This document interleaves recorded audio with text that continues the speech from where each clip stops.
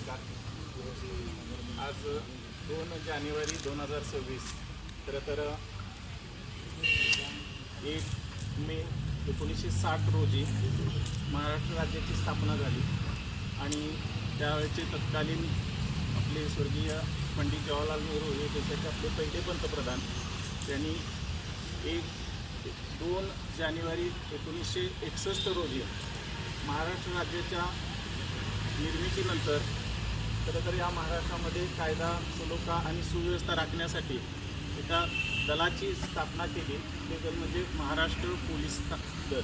आणि तेव्हापासून आज तागायत या महाराष्ट्र पोलीस सेवा दलाच्या माध्यमातून संपूर्ण समाजामध्ये किंबहुना संपूर्ण देशामध्ये मानवतेसाठी जे काही कार्य सुरू आहे ते सेवा, शौर्य आणि समर्पण या दृष्टिकोनातून जे काही त्या ठिकाणी असलेलं कार्य